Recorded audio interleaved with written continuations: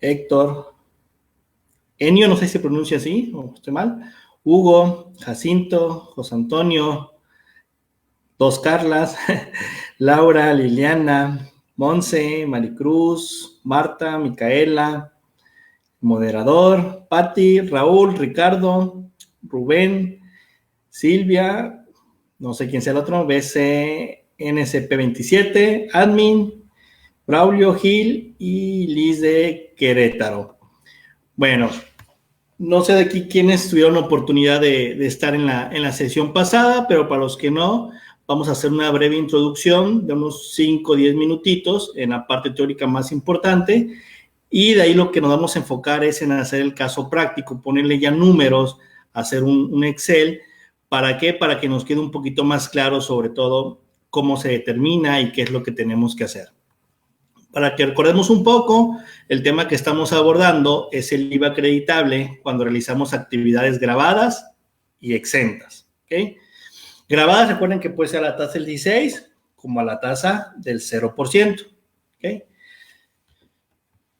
Si recuerdan por ahí, si se ve un poquito chico, hay unas lupitas por ahí, si no me equivoco, parte superior derecha, donde lo podemos hacer un poquito más grande. Nos vamos a enfocar en el artículo 5 del IVA, es donde vamos a estar hoy, el 5 y el 5A. El artículo 5 del IVA me habla de los requisitos que tiene que cumplir este impuesto para que yo lo pueda acreditar. En los primeros 4 me dice que el IVA corresponda a actividades grabadas y sea estrictamente indispensables para el impuesto sobre la renta. Ya sabemos que si un gasto es no deducible por alguna razón que no cumpla los requisitos, no sé, tal vez porque era de 5,000 pesos, se pagó en efectivo o el gasto no es indispensable, así como el gasto es no deducible, yo no puedo acreditar ese IVA. La segunda parte o el segundo requisito en la fracción 2, que el IVA esté expresamente por separado. Yo creo que todo lo vemos en las facturas, viene mi IVA desglosado, separado del subtotal para llegar a un total. El tercero, que el IVA esté pagado, también creo que muy común. Sabemos que el IVA es flujo de efectivo, efectivamente cobrado y efectivamente pagado. Cuarto, que el IVA retenido esté enterado. Y de ahí viene lo importante, seguimos en este artículo 5 del IVA, en la fracción 5, que es donde nos vamos a centrar.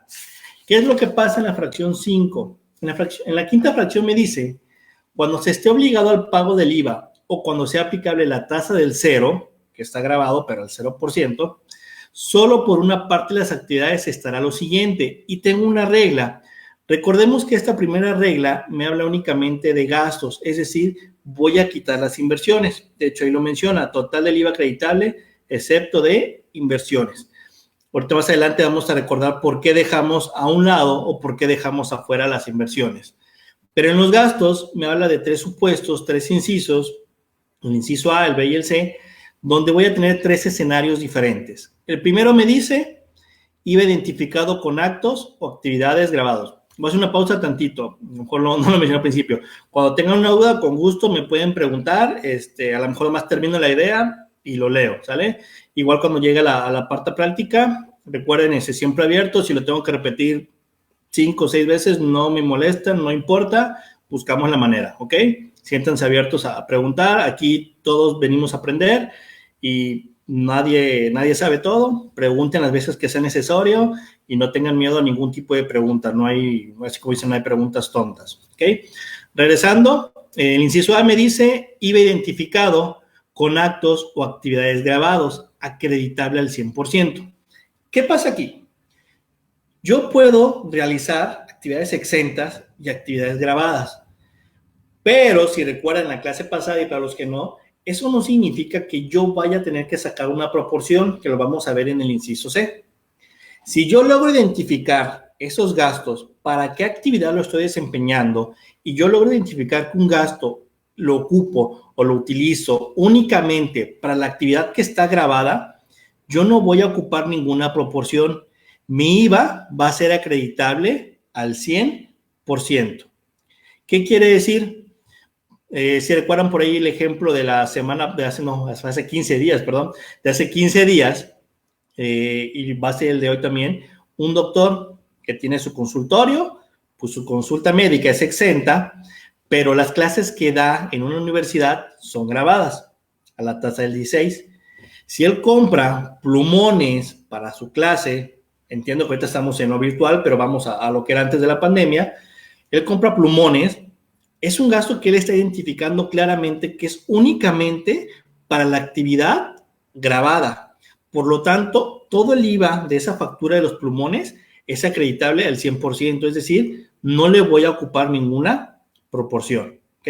A eso se refiere. El inciso B dice, si yo identifico que el acto, la actividad es para algo que, bueno, está ligada a mi actividad exenta, ese gasto es no acreditable. Volvamos con el ejemplo del doctor. Anteriormente pusimos el de los plumones que yo identifiqué que era exclusivamente para mi actividad de maestro, que es una actividad grabada. Pero mi consultorio, pues yo pago la renta, pago la luz del consultorio, no sé, el internet y alguna otra cuestión. Es un gasto que yo identifico que lo ocupo únicamente para mi consultorio, que es para desempeñar mi actividad de médico, la cual es una actividad exenta.